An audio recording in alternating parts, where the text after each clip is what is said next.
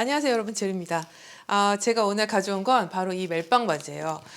이런 멜빵 바지 좋아하시는 분들도 계실 거고, 아마 난 평생 가야 멜빵 바지는 입을 일이 없어 하시는 분들도 계실 거예요.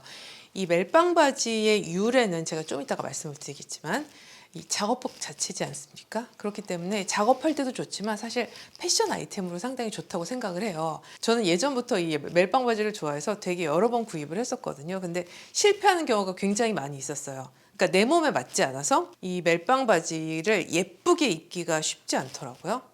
제가 생각하는 몇 가지 조건이 있어요. 그래서 포지션이 중요하더라고요. 그러니까 이 멜빵 이 앞 가슴 부분, 그 다음에 허리 부분, 그 다음에 바지 부분.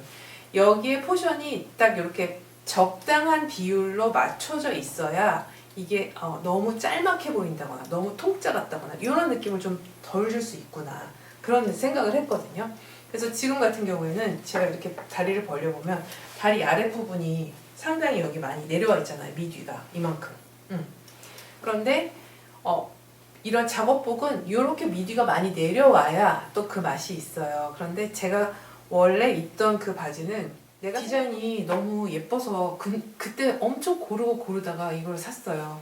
여기가 근데 지금 여기가 이렇게 널널하고, 그러니까 여기 윗부분이 상당히 길게 디자인이 됐고 여기 골반에 이게 딱 걸치게 되어 있어요. 그리고 이 위가 그렇게 길지가 않아서 여기서 더 올릴 수가 없는 거예요.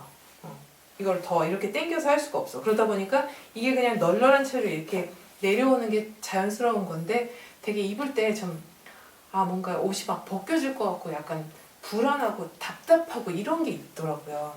그러니까 사실 그 옷은 굉장히 날씬한 사람이 입어야 되는 그런 디자인의 옷이라는 판단이 되더라고요.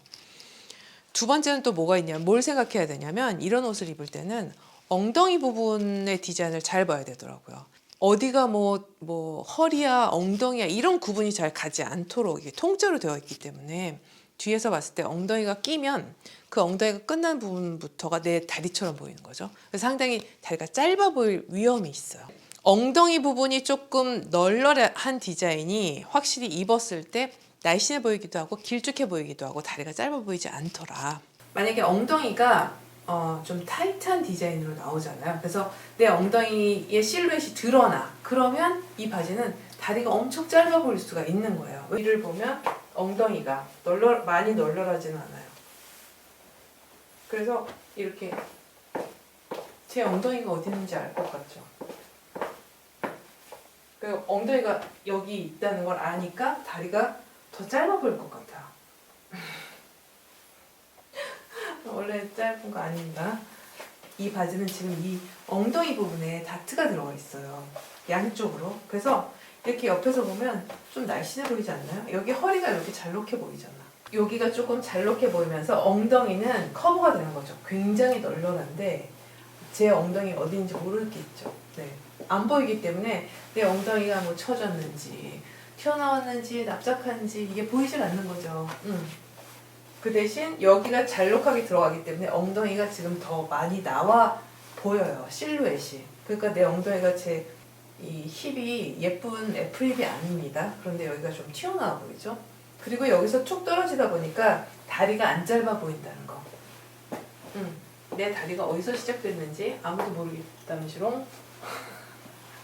위에 허리 부분을 날씬하게 잡아줄 수 있기 때문에 얘가 엉덩이가 널널한데도 다리가 안 짧아 보이고 애가 몸매가 있어 보인다. 원래 몸매가 좀 통짜인데 약간 볼륨이 좀 있어 보인다. 이런 장점이 있어요.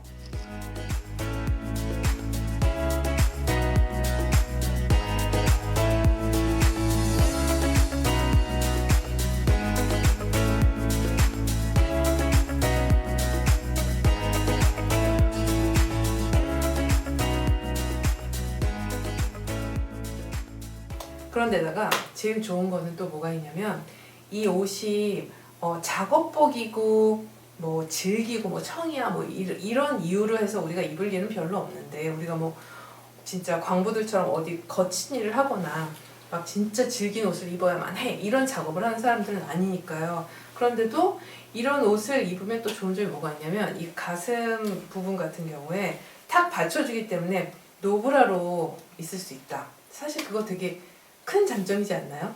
노브라 굉장히 우리가 원하잖아요. 집에서 있을 때 아니면 어디 뭐 편하게 작업해야 될 때 이럴 때도 그냥 좀 있었으면 좋겠는데 그런 옷을 입으려면 이 앞부분에 뭐가 가려지는 게 있어야 된다. 그런 의미에서 우리의 작업복으로 아주 적당하지 않나 그런 생각이 들었어요. 이런 모양의 바지를 우린 멜빵 바지라고 하잖아요. 근데 멜빵 바지라고 하면 왜 그냥 바지인데 위에 멜빵 이렇게 길쭉한 이런 멜빵을 매도 멜빵 바지라고 할 수 있으니까 뭔가 전문적인 딱 이렇게 지칭하는 그런 단어가 뭐지 하고 제가 좀 찾아봤거든요. 이게 영어 표현밖에는 사실 우리나라 말로는 멜빵 바지 말고는 딱히 생각이 나는 말이 없었고 영어로 여러 가지 단어가 있더라고요. 그중에서 이제 오버올이라고 하는 우리가 오버올 이렇게 많이 얘기하는데 이런 거는 보통 이제 위아래가 달린 옷을 대부분 다 올인원, 오버롤 이런 식으로 다 얘기하는 것 같아요. 그 중에서 어떤 말이 있냐면 덩가리스라는 말이 있거든요. 이 말은 약간 더 좁혀진 의미의 이런 작업복이라고 할 수 있겠는데 이 사전적인 의미는 그러니까 바지의 앞가슴 부분이 가려지는 천이 붙어 있고 그렇죠. 이렇게 붙어 있고 양쪽 어깨 스트랩으로 이어져 있다. 그렇죠. 그래서 이제 제가 입고 있는 거 덩가리스라는 말이 가장 적합하다고 느꼈고요. 이 덩가리는 원래 원단의 이름이라고 해요. 그 짜임새가 상당히 데님하고 유사한데 그 원단을 생산하던 그 지역명이 덩리라고 해요. 인도의 뭄바이 근처에 있는 덩리라는 곳에서 처음 그런 원단이 짜여지고 아마 이렇게 판매가 되고 했나 봐요. 그래서 그 덩리라는 말에서 유래가 됐을 가능성이 크다. 지금은 거의 데님과 분별 없이 한 가지로 이렇게 통용이 많이 되나 봐요. 그럼에도 불구하고 이 옷은 덩가리스라는 말을 s를 붙여서 복수로 해서 그렇게 많이 쓴다고 하네요. 그래서 이런 데님 원단의 특징이 또 뭐가 있냐면 절대 잘 찢어지지 않는다는 거. 가죽을 대체할 수 있을 정도로 잘 찢어지지 않고 굉장히 질기다. 그래서 작업복으로 많이 입는 거잖아요. 처음에 청바지의 유래도 작업복에서 시작이 됐다고 하죠. 그래서 이런 옷들도 작업복이니까 찢어지지 않고 질긴 원단으로 만들어야 된다라는 의미에서 청으로 많이 만들어진 거죠. 그래서 사실 저는 살짝 이 디자인을 보자마자는 겨울이 다가오고 뭐 이러니까 예쁜 코듀로이로 만들어서 귀엽게 입어야지 막 이렇게 생각을 했는데 이 유래를 알고 보니까 그래도 또 우리가 또 전통적으로 이런 유래가 있고 하니까 데님으로 한번 만들어 봐줘야 또 의미가 있지 않나 이런 생각이 들어가지고 혼자서 그래서 이제 청으로 한번 만들어 봤어요. 지금 이거 뭔가 청바지로 하려니까 스티치에 조금 포인트를 주고 싶은 거예요. 예쁜 색깔 스티치로. 우리가 보통 요런 실 많이 쓰잖아요. 요런 걸로 좀 청 그 분위기 그대로 좀 갈 것이냐 아니면 요렇게 해서 조금 특별하게 강조해 볼까 싶기도 하고요. 완전 빨간색은 어떨까? 이런 것도 예쁠 것 같아. 좀 묻힌다. 좀 묻혀. 스티치가 너무 잘 보여서 그냥 묻히는 색으로 할 걸 그랬나? 조금 후회하기도 했어요. 생각보다 스티치 디테일이 상당히 많이 들어가더라고요. 이 가짜 지퍼, 앞 지퍼를 만드는 거 생각보다 재밌더라고요. 그러니까 지퍼가 없는데 지퍼가 있는 것처럼 보이는 그런 가짜 앞 지퍼를 만드는 거죠. 이렇게 덩치가 큰 옷을 만들 때는 원단을 크레페처럼 돌돌 말아서 작업을 하면 훨씬 단정하게 재봉할 수 있어요. 돌돌 말아가지고 재봉하려는 부분을 움직여야 될 때도 이 기동성이 상당히 좋아진다고 해야 될까요? 훨씬 간편히 움직일 수 있어서 좋더라고요. 여러분도 다 아시는 건데 제가 또 괜한 잔소리를 한 건가요? 이 주머니를 만들 때 이런 주머니 만들기 참 신기하다고 생각을 저는 항상 하는데요. 그러니까 덧단이 있어서 겉에서 보기에는 멀쩡하고 안쪽에서는 다른 면 원단으로 주머니를 만들어서 얇고 편하게 연결을 해주는 거죠. 보통 청바지들이 다 저렇게 생겼잖아요. 넓게 한 장으로 잘라서 겉으로 나올 부분을 먼저 재봉을 해서 한 몸으로 만들어준 뒤에 주머니를 반으로 접어서 완성하는 거예요. 신기하죠? 이게 쉽지는 않은데 만들고 입을 때 주머니 안감이 면으로 만져지는 그런 부드러운 느낌 여러분도 뭔지 아실 거예요. 왠지 기분 좋죠. 일단 앞주머니까지 만들고 나니까 뭔가 대단한 걸 해낸 것 같은 기분도 들면서 동시에 이게 뭔 과정이 왜 이렇게 많나 좀 짜증이 슬슬 나더라고요. 설명서가 17장이나 되니까요. 과정도 그만큼 많다는 거죠. 아까 만들어뒀던 앞가슴 부분을 같이 연결을 하고요. 오늘은 여기까지. 이거 하루에 다 만들기 힘든 옷이네 투덜거리면서 내일 끝내주마 다짐을 했습니다. 다음 날인데요. 이 옷은 좀 웃긴 게 보통 원피스 같은 거는 상의를 만들고 아래쪽 스커트 만든 다음에 둘을 연결하는 이런 구조잖아요. 그런데 이거는 앞판을 일단 다 완성해. 완벽하게. 그 다음에 뒷판을 또 막 완성해. 그렇게 해서 앞판과 뒷판을 다 만든 다음에 두 개를 이어주는 거예요. 그러다 보니까 도통 옷 모양이 중간에 나오질 않아서 이게 나한테 잘 맞을 것인지 정말 입으면 어떨 것인지 이런 감이 잡히지 않으니까 좀 답답하다는 느낌이 들더라고요.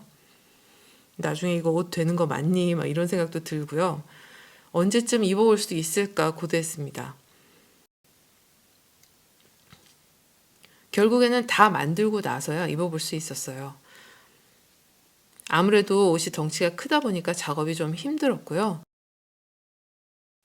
거의 끝날 부분쯤에는 좀 지쳐 있었어요. 이틀 걸려서 겨우 완성했습니다. 이 멜빵골이 어떻게 만드는지 아시는 분 계신가요? 저는 이게 생긴 게 좀 복잡하게 생겼잖아요. 그래서 뭔가 더 들어갔다 나왔다 막 이래야 될 것 같다고 생각을 했는데요. 그냥 순서대로 쑥, 쑥쑥 집어넣어서 그 다음에 또 다른 고리에다가 쑥쑥 넣고 다시 빼줬다가 또 집어넣고 뭐 이렇게 하면 끝이더라고요. 길이가 조절이 되는 멜빵 고리가 완성이 되는 거죠. 별거 아니었어요.